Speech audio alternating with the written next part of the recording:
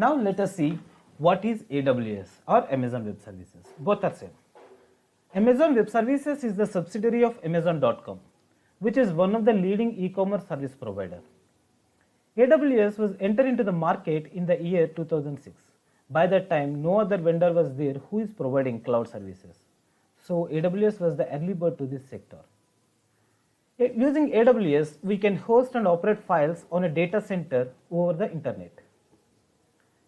Now let us see what are the aspects kept AWS is the major stakeholder in the global cloud market.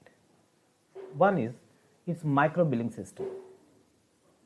AWS billing system is very clear to understand and it provides the services in hours, minutes, seconds and nanoseconds tariff.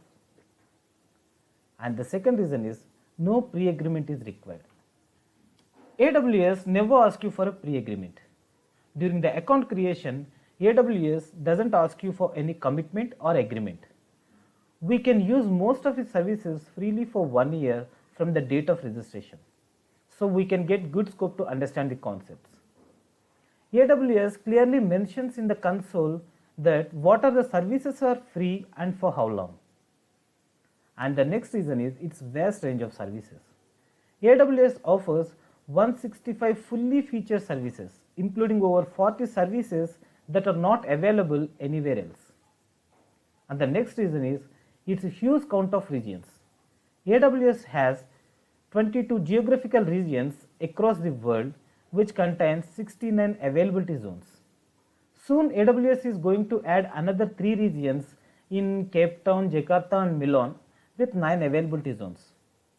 What are these regions and availability zones? We will discuss later. Don't worry for that. Now let us see what is a region and the availability zone. A region is a place where the availability zone resides. In the availability zone, we can store or host the services. As of now, AWS contains 22 regions across the world. Each region contains more than one availability zone which is isolated with each other. Let us try to understand this setup with an example. Let us take a library example. In the library hall, we can find number of racks, each rack filled with books, right? This is the general setup of any library, right? If we compare this setup with region and availability zone setup, library indicates the region, racks are the zones and books are the data components. Okay, this is what the setup of region and availability zone. In the region, each availability zone resides 200 kilometers far from each.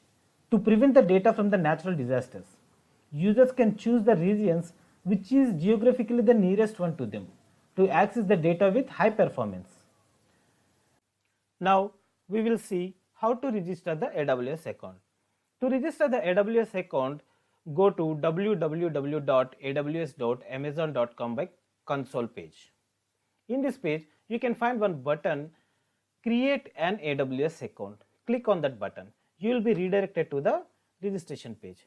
In this page, you have to submit the mandatory details like email address, password, confirm password and AWS account name and click on continue. Before that, please check, I have highlighted one URL aws.amazon.com by free. This URL is to redirect into the page which is having the details of services which are available under free. That we are going to discuss, but just go with that. Okay, and click on continue button. You will be redirected to the next step, contact information. In this, you have to choose what type of account you are going to create, whether it is professional or personal, and submit all the necessary details here and click on create account and continue page. Now your account is ready. You have to submit the payment information. This is to submit the payment mode, in which mode you are going to pay your bills, using credit card or debit card. Just fill the details and verify and add. Your account is ready. Now let us see what are the services Amazon provides under free category. To check the free category services, please go to www.aws.amazon.com by free. In this, you can find the services which are available under free category in this way. Okay, here free in the sense not completely free. the free services are fall under three different categories. One is always free, 12 months free and trial versions. Okay, now let us see what is always free and what is 12 months free and what is trials. Always free in the sense the service is always free for any customer, but it has a limitation in the size or number of hits.